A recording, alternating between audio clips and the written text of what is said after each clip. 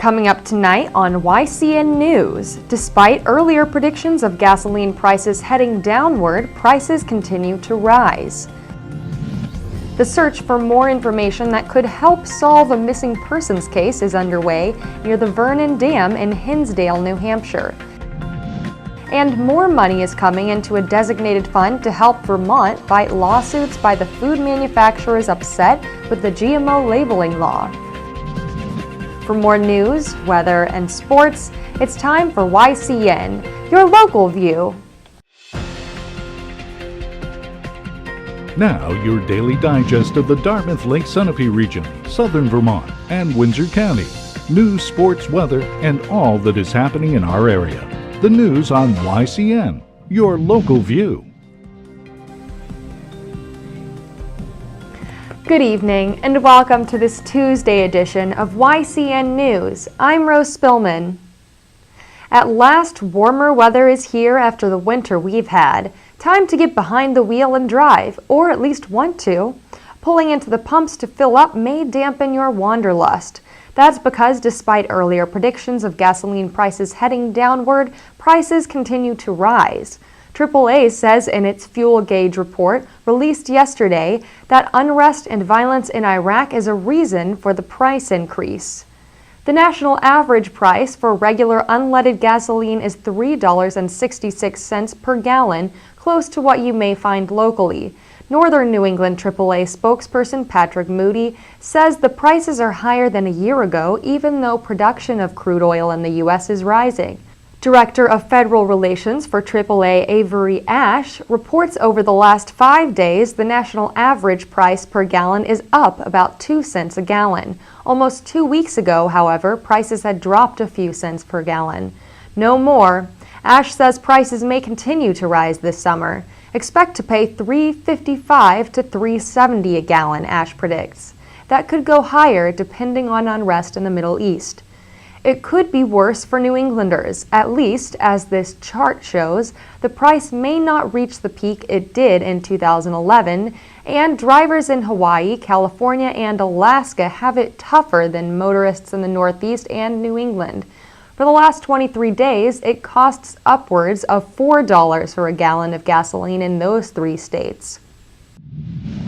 The search for more information that could help solve a missing persons case is underway near the Vernon Dam in Hinsdale, New Hampshire. Ongoing diving operations are being held today so that police may learn more about the fate of Bethany and Tina Sinclair. 15-year-old Bethany and her mother, 36-year-old Tina Sinclair, were last seen together on the weekend of February 3rd and 4th in Chesterfield. On February 2nd, the Sinclairs went to work and school as usual. They haven't been seen since. Police and fish and game authorities are part of the search at the dam. It's an area that's been searched before, reports New Hampshire Attorney General Joseph Foster. But new search and investigative techniques could reveal more details and perhaps the Sinclair's remains. Continuing with New Hampshire news, it will be another year before the intersection of Sunapee and Main Street in Newport gets a new look. New paving, more parking spaces, improved lighting, and landscaping. Plans in place to upgrade this area are on hold, the Eagle Times reports. It's a matter of getting the look and finished project just right. Newport selectmen must work with Sullivan County officials to reconfigure the parking lot, for example. Newport is the county seat. Meanwhile, it was an unusual traffic problem in North Heartland, Vermont Monday morning. A heavy thud and then the sight of a huge beam on I-91 during commuting hours. Not the thing anyone wants to hear or see while driving along the highway, but hear and see they did. A 162-foot bridge beam slipped off the truck, bringing the steel structure to a construction site. The driver, Calvin Jewell of Cornish, was not injured, state police say, but the beam was not locked in place due to a hydraulic pin failure. As the truck's wheel axles turned, an area that should have been locked came undone, causing the beam to slip off the truck. The beam itself came from Structal Bridge in Claremont, the Eagle Times reports. Police say the beam will be returned to that manufacturer for inspection. A crane called to the site picked up the beam from the roadway and put it on another trailer.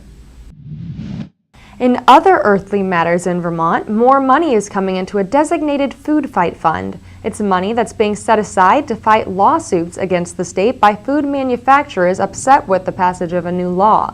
The law requires that all food products that contain genetically modified food organisms must be labeled as such. A Vermont food icon, Ben & Jerry's ice cream, is getting into the act. They've named a new flavor ice cream in honor of the food fight that's shaping up between the state and food producers, Vermont Digger reports. Food Fight Fudge Brownie is the newest in the line of premium ice cream from the hippie ice cream entrepreneurs. Meanwhile, a special defense fund has been set up for people to donate to. The state could spend up to $8 million to defend its new labeling law. You never know who might be watching you drive. Take the case of 25-year-old Jason Matarazzo of Old Lyme, Connecticut. Almost before 3 p.m. on Saturday, New Hampshire State Police, flying in an airplane while doing traffic details, clocked Matarazzo doing 107 miles per hour in a 2007 Audi S4. The posted speed for that stretch of I-93 northbound in Northfield, not far from Concord, is 70 miles per hour. Police arrested Matarazzo on a charge of reckless driving. He was released on bail with a July 28th court date in Franklin District Court. The good folks at H.R. Clough and Kearsarge Heating Oils want you to know that their philosophy is simple. Wow 'em with our service. Their EPA-certified technicians are ready to tackle your heating, cooling, or water conditioning system problem 24 hours a day. They take pride in having provided local customers with peace of mind for over 2/3 of a century. Wow 'em with service. It's the H.R. Clough and Kearsarge Heating Oils way of doing business. Welcome back to YCN News. I'm Rose Spillman. Now Matt McDonald will have a look at our weather for the next few days and then move on to sports. Thanks, Rose. Tonight we have a 50% chance of showers after 9 p.m. Lows will be in the 60s with winds around 5 miles per hour.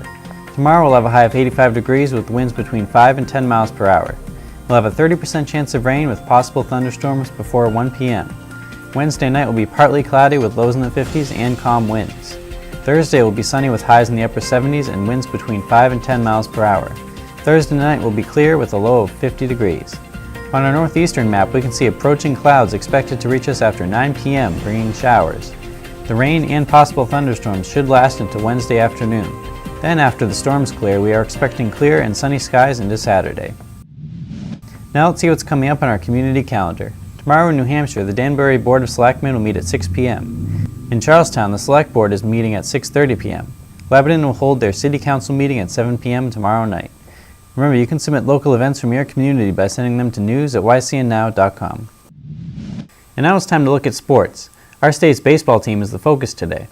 The New Hampshire Fisher Cats will play 3 home games in a row this week. On Tuesday, they will start their 3-game series with Altoona, continuing on Wednesday and Thursday. All games start at 7:05 p.m. On another note, our YCN Game of the Week time slot will feature the Kearsarge Regional High School graduation in its entirety. Tune in to Channel 20 and 712 in high definition to watch the class of 2014 receive their diplomas. Showtimes are at 7:30 p.m. and 10:30 p.m. You can also watch it on Thursday at 6:30 a.m. and 12 p.m. You're watching YCN, your local view, on WNMN DT40, serving Saranac Lake, New York and the Adirondack region. WYCX CD2, serving Manchester, Vermont in the Green Mountain State. WYCU LD26, serving Charlestown, New Hampshire in the Dartmouth Lake Sunapee region of the Granite State. And on demand at YCNnow.com. YCN is your local view, owned and operated by Cross Hill Communications, LLC.